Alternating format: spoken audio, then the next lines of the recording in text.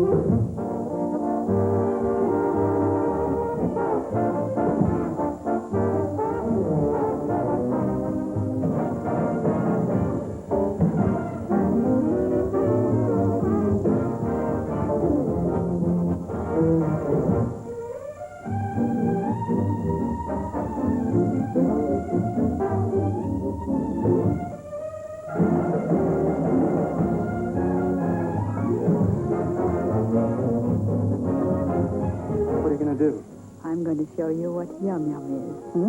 Here's Yum. And here's the other Yum. And here's Yum Yum. It's another Samuel Goldwyn goodie, for when a good little boy meets a girl with ideas, it's yummy, yummy entertainment. For the first time, Samuel Goldwyn brings together top names playing in one band, an all-American musical aggregation that sets the pace for an exciting, romantic escapade. Would you yum me just once more?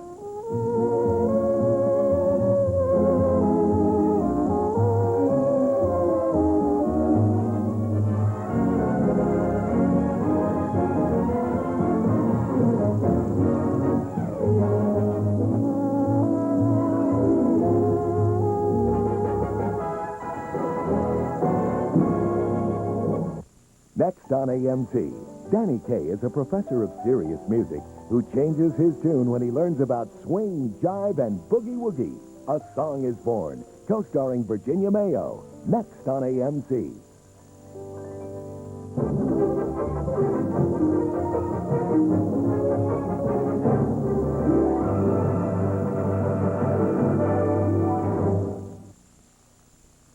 Well, I hope everybody's having a wonderful New Year's Eve. And just as a reminder, I'm sure everybody knows by now, but if you're drinking, make sure you don't drive. Now we continue with our Dance Through the Decades musical triple feature.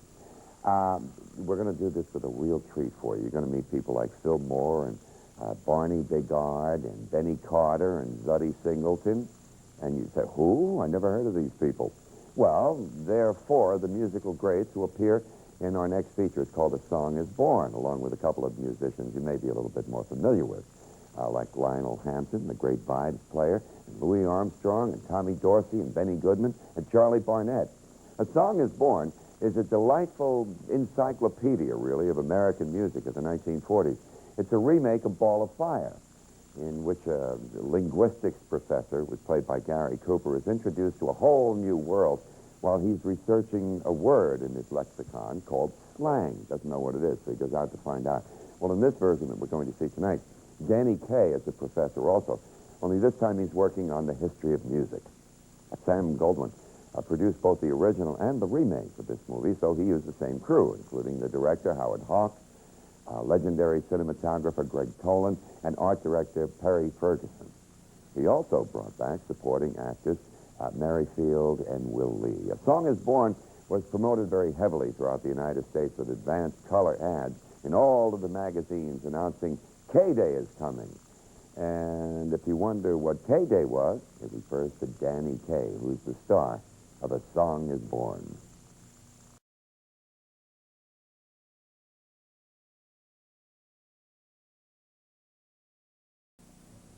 Did you notice the guy who played Professor Magenbrook?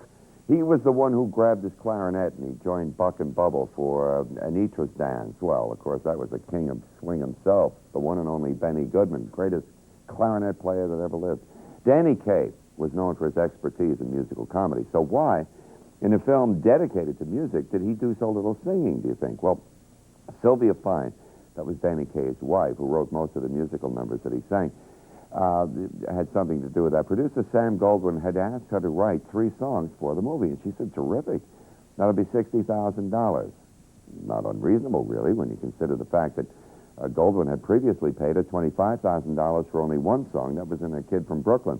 But Goldwyn refused to meet her demands, and Danny Kaye's songs were replaced by extra orchestral members.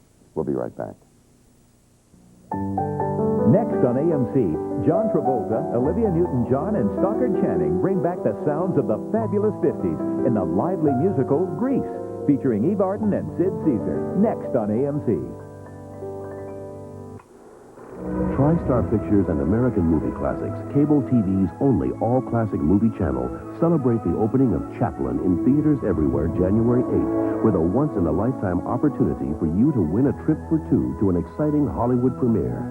Because everyone has a wild side, even a legend. The grand prize winner will enjoy round-trip airfare, 3 nights in an elegant hotel suite, and limousine service to and from a Hollywood premiere and party where you can mingle with the stars. 10 first prize winners will receive the Charlie Chaplin Collection video package featuring Chaplin's greatest classics provided by CBS Fox Video. 50 second prize winners will receive an authentic Chaplin movie poster.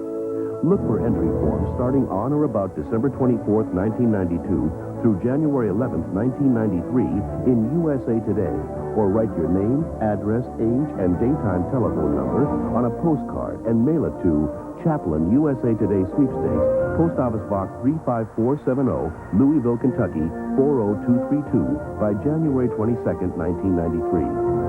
No purchase necessary. You must be 18 or older to enter. Void or prohibited.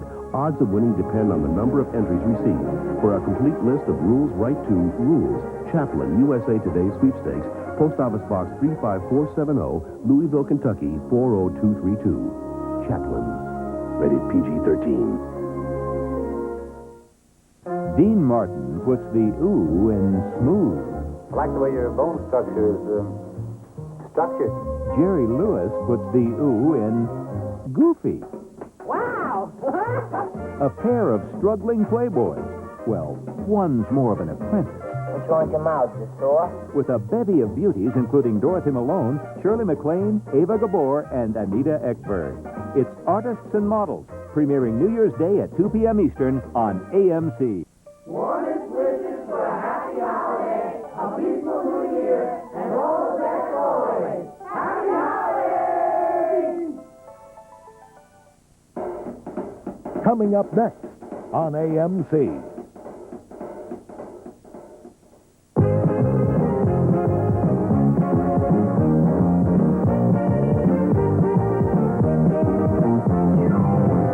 John Travolta, Olivia Newton-John, Grease, the Broadway smash that made theatrical history by becoming one of the longest-running musical comedies of all time, breaks loose on the motion picture screen.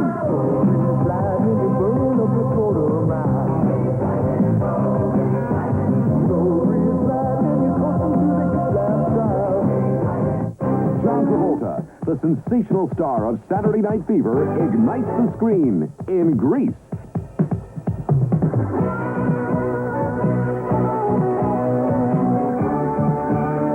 And he does it all with Olivia Newton-John in her motion picture debut.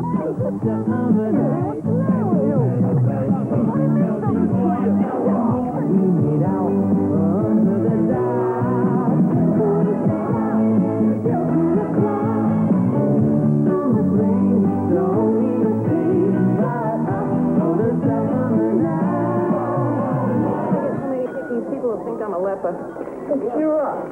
Get you some kanickies like a Hallmark card. You pay. I love it when you talk dirty. John Travolta and Olivia Newton-John explode across the motion picture screen in Grease, the movie filled with more songs, more dance, more of everything that makes a great musical unforgettable. John Travolta and Olivia Newton-John together for the first time in Grease.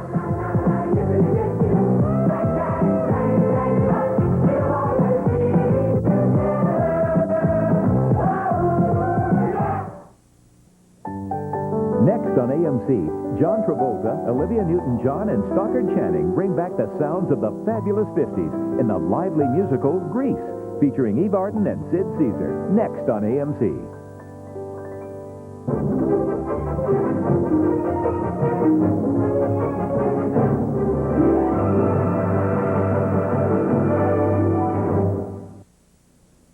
Well, once again, if you missed our good wishes before, a Happy New Year 1993. It's going to take us a little while, I guess, to get used to writing that in our checkbooks. Now we continue with our Dance Through the Decades musical triple feature. Back in the early 1970s, a New Jersey 16-year-old dropped out of high school in order to pursue a dream in the theater business. Were his parents upset? Well, not exactly. They and his sister were performers as well, and they understood the drive that he felt. Ironically, despite dropping out of high school, playing a high school student made John Travolta a star. And here's where the irony comes in. After succeeding in summer stock in New Jersey, he worked his way up to a small role on Broadway in a musical called Grease. Well, that limited exposure led to guest starring roles on television on The Rookies, Medical Center, and a few other dramatic shows. And that, in turn, led to his being cast as Vinnie Barbarino in the high school sitcom Welcome Back, Kotter. Well, the show was a big hit, and John Travolta was propelled into the ranks of a teenage heartthrob. He may not have finished high school in the traditional sense, but he certainly knew how to act like a high school kid. He did it so well, in fact, that when Alan Carr and Robert Stigwood purchased the film rights to Grease, John Travolta didn't play an extra. This time, he got the lead. The casting was no surprise. The preceding year, Travolta starred in the Carr-Stigwood production of Saturday Night Fever. Olivia Newton-John has the female lead here, but Stockard Channing plays Betty. See if you think she pulls off her role as a high school student. She was 33 years old at that time. Here she is with John Travolta and Olivia Newton-John in Grease.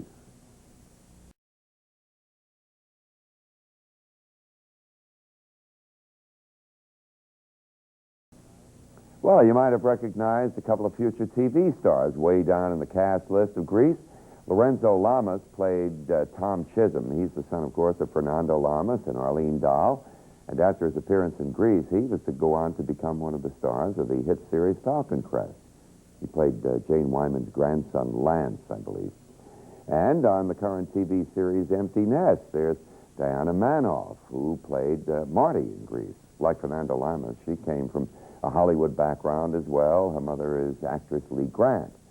Fannie Flagg played Nurse Wilkins, despite her many performing credits, including regular roles on the new Dick Van Dyke Show, The Match Game, Liars Club, and Harbor Valley PTA. Lately, she's better known as the author of the recent hit movie, Fried Green Tomatoes. We'll be right back. To me, music is more than just one instrument. Orchestra playing together. Jimmy Stewart plays the man determined to discover a new sound. Haven't found it yet, but someday I'm going to find it. And when he did, popular music never sounded the same. June Allison and an all-star cast co-star in the American musical classic, The Glenn Miller Story. Next on AMC.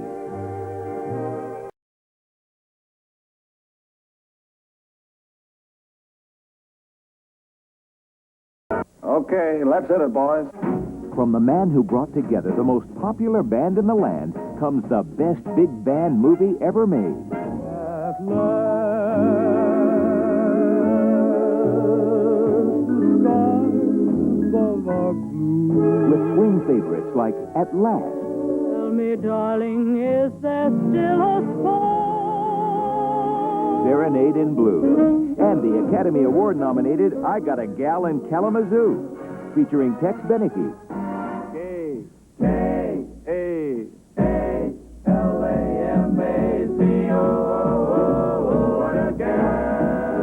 Glenn Miller, in his last screen appearance, stars with Cesar Romero and Jackie Gleason. In Orchestra Wives, premiering Friday, January 8th at 9 p.m. Eastern on AMC. Warmest wishes for a happy holiday. Merry Christmas! TriStar Pictures and American Movie Classics, cable TV's only all-classic movie channel, celebrate the opening of Chaplin in theaters everywhere January 8th with a once-in-a-lifetime opportunity for you to win a trip for two to an exciting Hollywood premiere. Because everyone has a wild side, even a legend. The grand prize winner will enjoy round-trip airfare, 3 nights in an elegant hotel suite, and limousine service to and from a Hollywood premiere and party where you can mingle with the stars. 10 first prize winners will receive the Charlie Chaplin Collection video package featuring Chaplin's greatest classics provided by CBS Fox Video. 50 second prize winners will receive an authentic Chaplin movie poster. Look for entry forms starting on or about December 24th, 1992 through January 11th, 1993 in USA Today, or write your name, address, age, and daytime telephone number on a postcard and mail it to Chaplin USA Today Sweepstakes, Post Office Box 35470, Louisville, Kentucky 40232 by January 22nd, 1993. No purchase necessary. You must be 18 or older to enter. Void or prohibited. Odds of winning depend on the number of entries received. For a complete list of rules, write to Rules, Chaplin, USA Today Sweepstakes, Post Office Box 35470, Louisville, Kentucky 40232. Chaplin. Rated PG-13. Coming up next on AMC.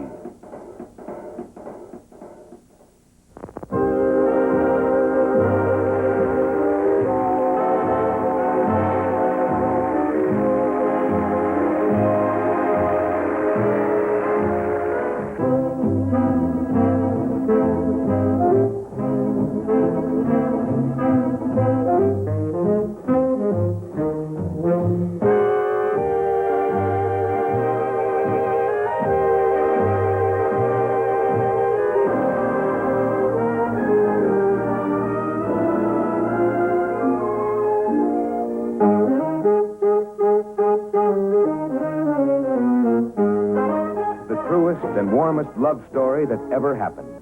There were the tough years and the good years, but out of their love came music such as the world had never heard before, and that millions of Americans still love.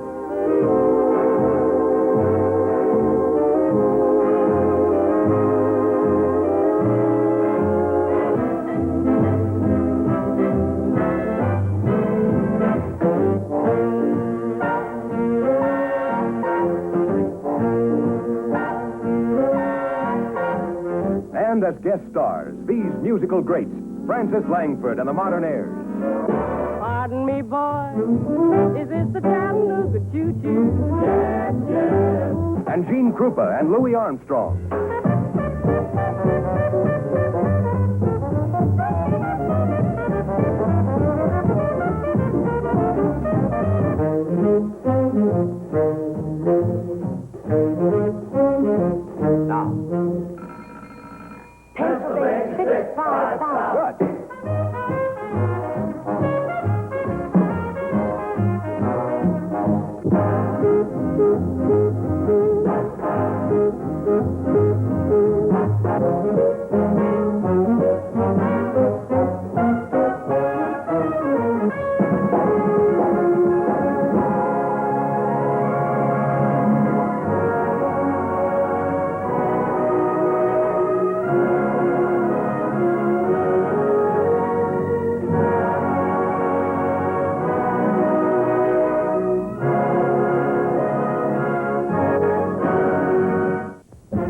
Library of Congress, Jimmy Stewart, star of the musical film biography The Glenn Miller Story, looks on as the great musician's widow, Mrs. Helen Miller, presents her husband's music manuscripts to acting librarian Verner W. Clapp.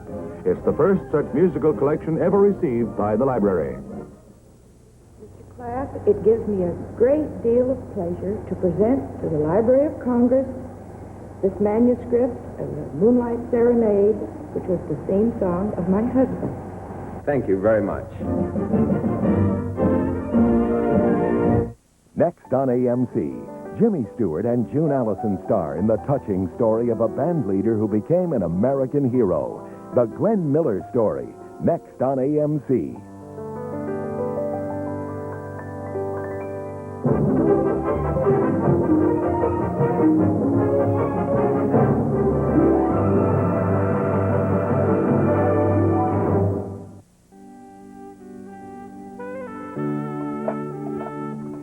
tonight is New Year's Eve, and here at AMC, we're going to do a little dancing, as everybody does on New Year's Eve. We're going to dance through the decades with a musical triple feature, and I hope it helps to make your New Year's Eve a little bit more enjoyable. Jimmy Stewart was a real sweetheart to work with, so it was a shock to everybody working on the Glenn Miller story, our first movie, when Joe Yuckel complained about him. You see, Yuckel was a professional musician who was teaching Jimmy how to play the old slide trombone for his characterization of the great Glenn Miller. And this man was uniquely qualified for the job, of course. He had played with many of the small bands that had featured Glenn Miller, and he found Jimmy Stewart to be a willing enough pupil. So you would think, what's the problem? Well, it seems that the sounds that were coming out of Jimmy Stewart's trombone were so terrible that the rehearsals were affecting this man mentally. He said at the end of the day, he was so on edge that he'd go home and yell at his wife and kick the dog. Well, from then on, the music lessons were conducted in a kind of silence. Yuckel made Stewart plug the mouthpiece of the trombone so that nothing would come out. And he continued to tutor him, but only in the positioning of the slide and the breathing techniques that you would need to play. After all that, Yuckel was able to make some beautiful music on his own because he was the one who dubbed the trombone playing on the soundtrack. He was joined by 7 original Miller Orchestra members who recorded 9 songs under the direction of Joseph Gershenson. But Jimmy Stewart, playing one of America's most popular heroes, was a challenge. He never met Glenn Miller, so he relied on films and Air Force newsreel footage for his inspiration. And it is an inspirational piece. Here's the Glenn Miller story.